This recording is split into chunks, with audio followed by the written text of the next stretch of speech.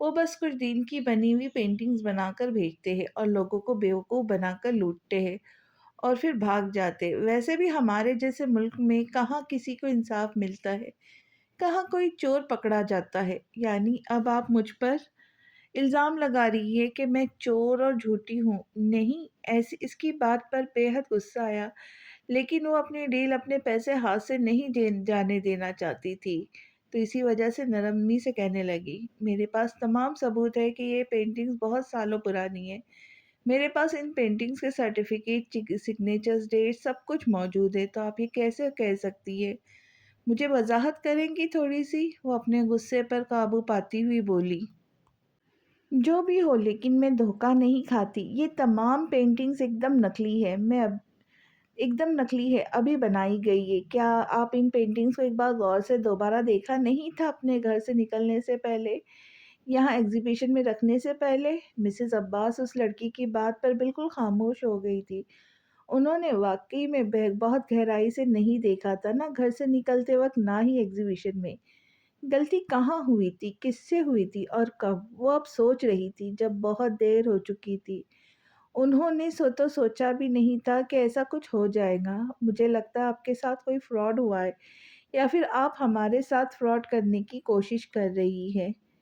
اگر آپ ہمارے ساتھ فراڈ کرنے کی کوشش کر رہی ہو تو اس بات کو ذہن نشین کر لے کہ آپ کو اس کی بہت بھاری قیمت چکانی پڑے گی۔ آپ کو میں کورٹ میں اتنا گھسیٹوں گی کہ آپ سوچ بھی نہیں سکتی۔ آپ کی ساری چپلیں ختم ہو جائیں گی، لیکن پیشیاں نہیں۔ یاد رکھیے گا میری بات، ہم دونوں امریکن شہری ہیں۔ وہ بالکل خاموش تھی، یوں جیسے ان کے منہ پہ تالے لگ چکے تھے۔ ان کی آنکھوں میں حیرت تھی، پریشانی تھی، خوف تھا۔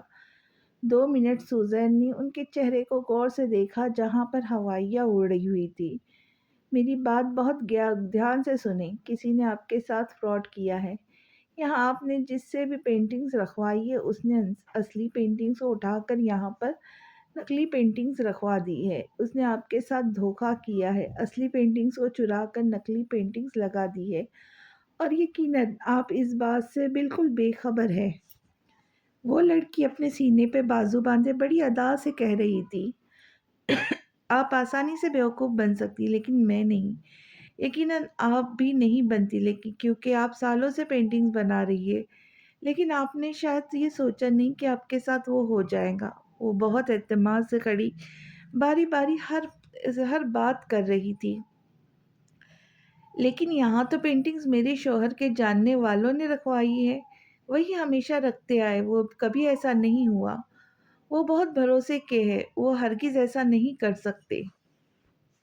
دیکھیے مسز عباس، اب یہ تو مجھے نہیں پتا کہ کون آپ کے بھروسے کا ہے اور کون آپ کے بھروسے کا نہیں، لیکن اب میں آپ کو کچھ باتیں واضح کرتی ہوں۔ اس نے اپنی آئی لائنر لگی ہوئی آنکھوں کو ذرا گھما کر کہا۔ ہیل سے ٹک ٹک کرتی ہوئی وہ ذرا سی آگے آئی، ہاتھ میں پکڑا ہوا بیگ بڑی نزاکت سے کندھے کے اوپر کیا۔ یہ دیکھو، رنگ ہی مختلف ہے۔ اصل پینٹنگز میں وہ رنگ وقت کے ساتھ ایک خاص پرانی جھلک پکڑ لیتے ہیں، لیکن یہ پینٹنگز تو بالکل نئی لگ رہی ہے۔ کیا آپ کو یہ نظر آ رہا ہے؟ اس نے پینٹنگ کے چاروں طرف ہاتھ گھمایا۔ دوسری بات یہ دیکھیے، کینوس بھی الگ محسوس ہوتا ہے، بالکل نیا، اور برش کی حرکتیں، اف، اصل فنکار کے انداز سے بالکل مختلف ہے۔ پرانی پینٹنگز وقت کے اثرات رکھتی ہے، جیسے چھوٹی دراڑیں، ہلکا زرد پن، یہ تمام نشانیاں ان میں موجود نہیں۔ دستخط بھی عجیب لگ رہے ہیں، جیسے بالکل تازے ہو، جیسے کسی نے جلد بازی میں بس لگا دیا ہو۔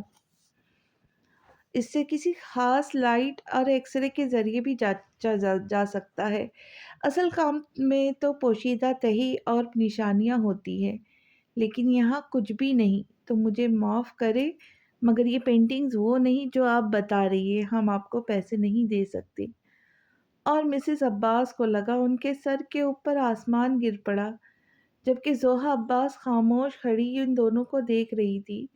وہ خود بے حد پریشان تھی کہ یہ سب کچھ کیا ہو رہا ہے۔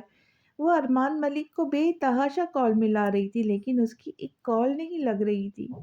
ڈیل تو ارمان ملک نے ہی کروائی تھی، لیکن وہ خود کہاں غائب تھا۔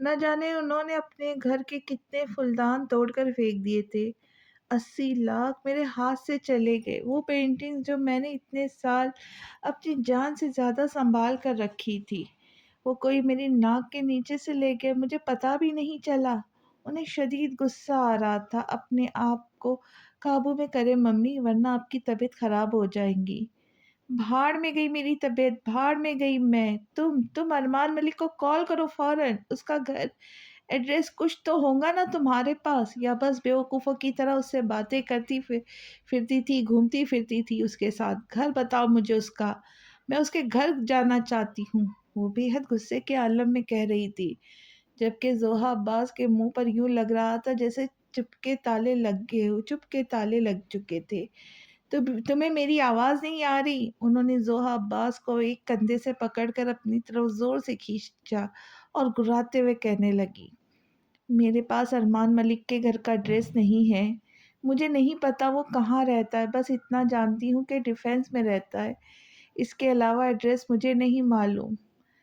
بے وقوف لڑکی، 4 مہینے تک تم اس لڑکے کے ساتھ گھومتی رہی، تمہارے ساتھ ایک جیب میں تھا، تم اس کے ساتھ کافی پر ڈنر پر جاتی رہی، یہاں تک کہ تم نے اسے اپنے گھر پر بلا لیا، لیکن تمہیں اس کا ایڈریس نہیں پتا، تم اس کے بارے میں کچھ نہیں جانتی۔ کیا تم مجھے بیوقوف سمجھ رہی ہو؟ انہوں نے اسے ایک جھٹکے سے چھوڑا۔ زوہا عباس کی آنکھوں میں آنسو آ گئے۔ نہ جانے وہ کہاں تھا، آسمان اور زمین کے درمیان وہ ایک لڑکا کہاں غائب ہو سکتا ہے؟ اس کی کوئی تصویر، موبائل نمبر، جتنی انفارمیشن تمہارے پاس ہے مجھے سب دو، میں اس کے خلاف کمپلین کروں گی آج ہی۔ یقیناً اس کا کام ہے، اس نے مجھے دھوکہ دیا ہے، بیوقوف بنایا مجھے، میرا اصل مال لے لیا اور مجھے نقلی دے دیا، لیکن میرے پاس اس کے خلاف کوئی ثبوت نہیں۔ کیا کروں، کچھ سمجھ نہیں آ رہا۔ وہ اپنا سر پکڑ کر بیٹھ گئی۔ زوہا عباس بے حد بے بسی کے عالم میں اپنی ماں کو دیکھا۔ میرے موبائل میں اس کی کوئی تصویر نہیں، جو نمبر میرے پاس موجود تھا وہ بند ہے، میرے پاس ارمان ملک کی کوئی انفارمیشن نہیں۔ انہیں لگا ان کے اوپر کوئی ٹرین چل پڑی ہو، ہمیں ابھی اور اسی وقت پولیس اسٹیشن جانا چاہیے۔ ان کے شوہر نے پہلی بار بات میں حصہ لیا۔ بظاہر تو وہ اپنے شوہر کو بالکل پسند نہیں کرتی تھی، نہ ہی ان کا شوہر ان کو۔ تم نے اگر وہ پینٹنگز خریدی تھی تو تمہارے پاس کوئی نہ کوئی ثبوت تو ہوگا، تم وہ دیکھا دینا ایف آئی آر درج کرواتے وقت۔ میرے پاس اس کے خلاف کوئی ثبوت نہیں، وہ چیخ کر بولی، اور یہ بے وقوف لڑکی سے میرے گھر میں لے آئی، وہ بھی نہ جانے کتنی بار۔ اب مسز عباس بالکل چپ ہو گئی، بالکل چپ۔ وہ پینٹنگز مجھے میری ایک دوست نے گفٹ کی تھی، انہوں نے فوراً سے کہا۔ ان کے شوہر حیران ہوئے، اتنی قیمتی پینٹنگز کوئی دوست کیسے گفٹ کر سکتی ہے؟ لیکن تم نے مجھ سے کہا تھا یہ پینٹنگز تم نے خریدی ہے۔ میں نے جھوٹ کہا تھا۔ تو پھر اپنے دوست سے رابطہ کرو۔ رابطہ ممکن نہیں ہے۔ وہ تینوں مسز عباس کو بے حد حیرانی سے دیکھ رہے تھے۔ وہ یقیناً کچھ بہت بڑا چھپا رہی تھی، بہت بڑا، جس سے وہ تینوں ہی انجان تھے۔ پھر کیا کروں گی اب؟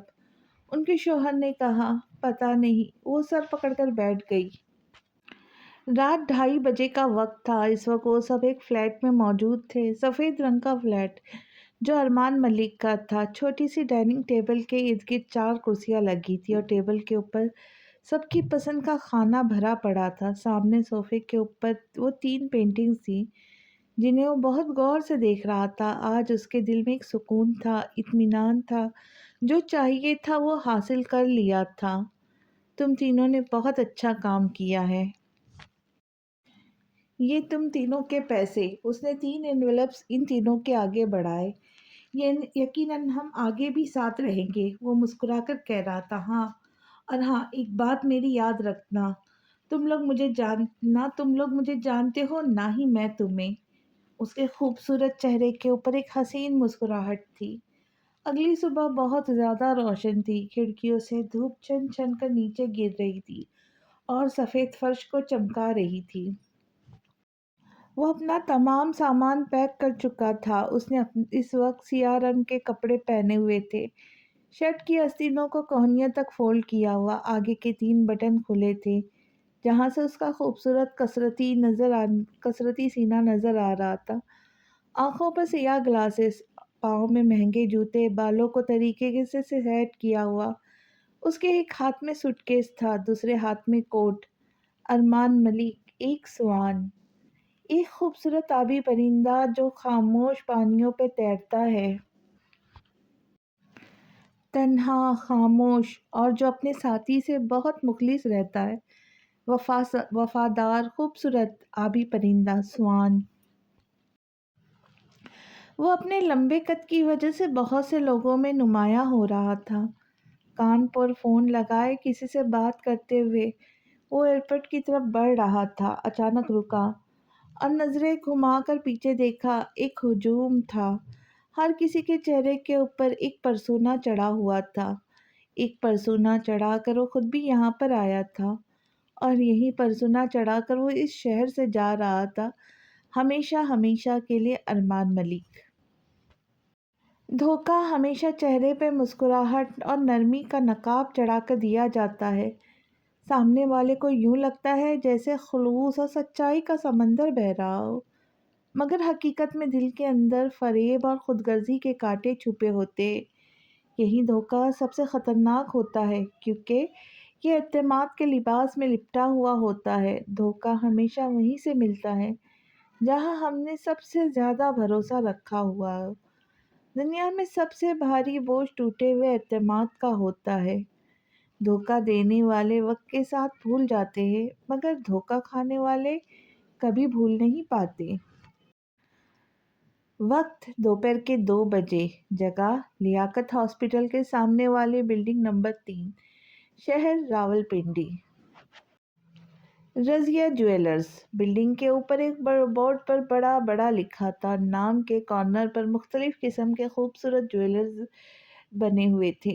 لڑکا بائک پر بلڈنگ کے بالکل سامنے تھا۔ ایک بار جیب میں سے موبائل نکالا، پھر موبائل سے اس بلڈنگ کی تصویر کو دیکھا۔ یہی ہے۔ اس نے اپنے ہاتھوں میں ایک سیاہ رنگ کا فولڈر اٹھایا، پھر ایک نظر اس بلڈنگ کو دیکھا، بائک کی چابی اپنی جیب میں ڈالی اور پھر آہستہ آہستہ بلڈنگ کی طرف بڑھنے لگا۔ وہ اس وقت نیلے رنگ کی شرٹ میں موجود تھا، سیاہ پینٹ پہن رکھی تھی، گلے میں ایک ہلکے گلابی رنگ کی ٹائی تھی، ہاتھوں میں گھڑی، طریقے سے بالوں کو سیٹ کیا ہوا۔ وہ قدم قدم چلتا ہوا اندر آیا۔ اندر ہی سامنے ایک خوبصورت سی ریسیپشنسٹ بیٹھی ہوئی تھی، بہت سارا میک اپ کر کے خوبصورت لگ رہی تھی۔ سامنے بیٹھی ریسیپشنسٹ نے ایک بھرپور نظر اس لڑکے پہ ڈالی۔ اونچا، لمبا، چوڑا، خوبصورت مرد اس کے بالکل سامنے کھڑا تھا۔ وہ اسے دیکھ کر آہستہ سے مسکرائی، جواب میں وہ بھی مسکرایا۔ السلام علیکم میم، میرا یہاں آج انٹرویو تھا 2 بجے۔ ٹھیک ہے، آپ اپنا نام بتائیے۔ مظہر خان۔ میں ابھی آپ کو چیک کر کے بتاتی ہوں، وہ بڑی نزاکت سے کہتی ہوئی کمپیوٹر پر انگلیاں چلانے لگی۔ ٹھیک ہے، اب آپ ایسا کریں کہ یہاں سے سیدھا جا کر الٹے ہاتھ پر مڑ جائیے گا، وہاں پر ایک ویٹنگ روم ہوگا، اور بھی لوگ انتظار کر رہے ہیں، اب آپ اپنی باری کا انتظار کیجیے گا۔ ٹھیک ہے، بہت شکریہ آپ کا۔ وہ آگے بڑھ گیا اور وہ ریسیپشنسٹ اسے آخر تک جاتا ہوا دیکھ رہی تھی جب تک وہ غائب نہ ہو گیا۔ کاش یہ لڑکا یہاں سیٹ ہو جائے، ورنہ ایک سے بڑھ کر ایک بدصورت مرد اس آفس میں بھرا پڑا ہوا ہے۔ کوئی جو خوش شکل ہو، جس کو دیکھ اپنا بدصورت منہ لے کر میرے پاس آ جاتا ہے فری ہونے کے لیے۔ خوبصورت لڑکی آفس میں دیکھی نہیں کہ ارد گرد پروانوں کی طرح گھومنے لگتے ہیں۔ وہ ببل چباتے ہوئے بڑی بیزاری سے کہہ رہی تھی، پھر تھوڑی پر انگلی رکھ کر کچھ دیر سوچنے لگی۔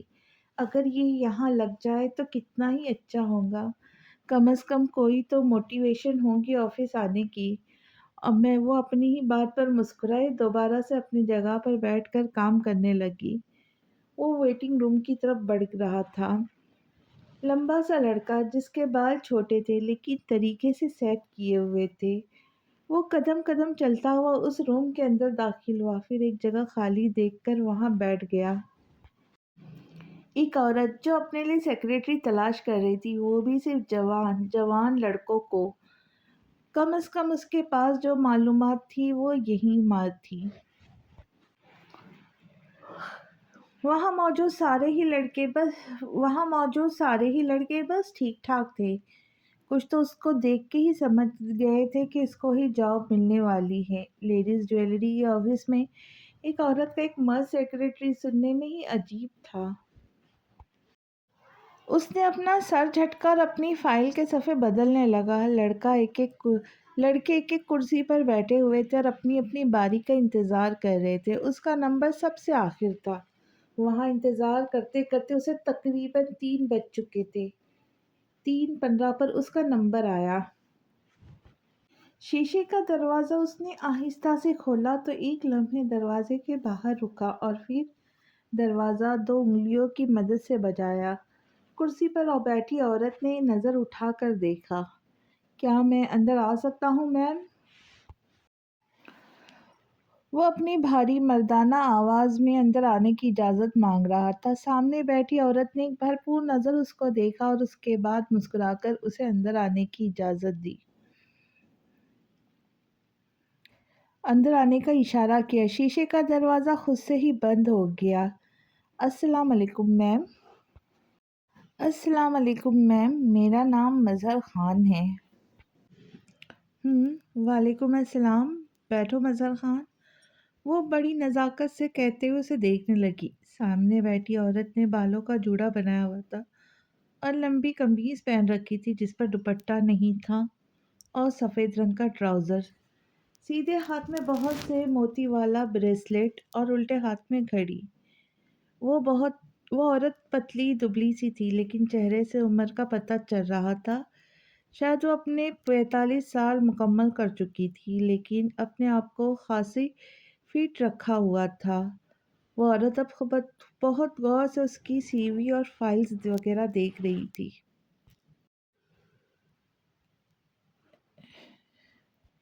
جبکہ سامنے بیٹھا لڑکا بہت ہی سادہ انداز میں بیٹھا تھا، ٹیبل کو دیکھ رہا تھا۔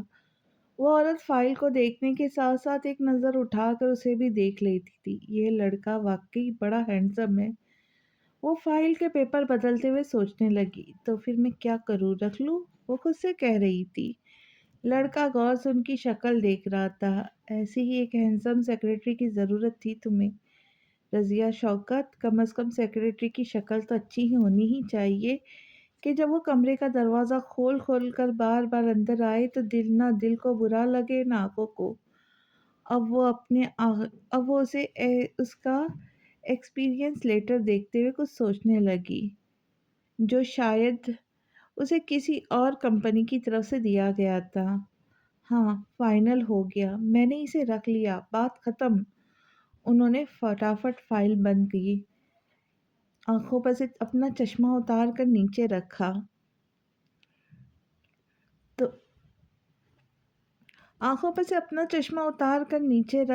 تو آئی لائنر لگی ہوئی آنکھیں مزید واضح ہوئی۔ وہ ذرا آگے کی طرف جھکی۔ اپنے بارے میں کچھ بتاؤ۔ وہ جو لڑکا سادگی سے بیٹھا تھا اس سوال پر عورت کو دیکھا۔ وہ اس کے چہرے کو دیکھ رہا تھا، پھر آہستہ سے مسکرایا۔ نام میرا مظہر خان ہے، عمر میری، خیر عمر کو چھوڑے۔ نہیں، عمر بتاؤ اپنی، اس عورت نے اصرار کیا۔ وہ عورت اس لڑکے میں خاصی دلچسپی دکھا رہی تھی۔ عمر میری 28 سال کے قریب ہونے والی ہے۔ میں ایک عام مڈل کلاس لڑکا ہوں جو ایک سستے سے فلیٹ میں رہتا ہوں۔ میری فیملی میری ہے نہیں، امی کی 3 سال پہلے ڈیتھ ہو گئی ہے اور ابو نے امی کو بچپن میں ہی طلاق دے دی تھی۔ پھر امی نے مجھے پالا لیکن اب میں اکیلا ہوں اور اس قابل ہوں کہ خود کما بھی سکتا ہوں اور کھا بھی سکتا ہوں۔ کھانا بنانا مجھے بہت اچھا آتا ہے۔ امی فیکٹری میں کام کرتی تھی تو اس وجہ سے کھانا میں ہی پکا لیتا تھا گھر میں، موبائل سے دیکھ کر۔ باقی کے کام بھی کر لیتا ہوں آرام سے۔ اور یہ کہ میرے پاس ایک بلی بھی ہے، سفید رنگ کی۔ منگنی یا شادی ہو گئی؟ اس عورت نے اگلا سوال پوچھا۔ اکیلا ہوں، ابھی بتایا تھا۔ اور شادی نہیں کرنی مجھے۔ ویری گڈ، وہ بہت محفوظ ہوئی۔ وجہ بہت ساری ہے۔ شادی ایک بیوقوفی کے سوا کچھ نہیں ہے۔ بیوقوف لوگ کرتے ہیں شادیاں محبت کے نام پر، اور شادیوں کے بعد بہت ساری محبت ختم،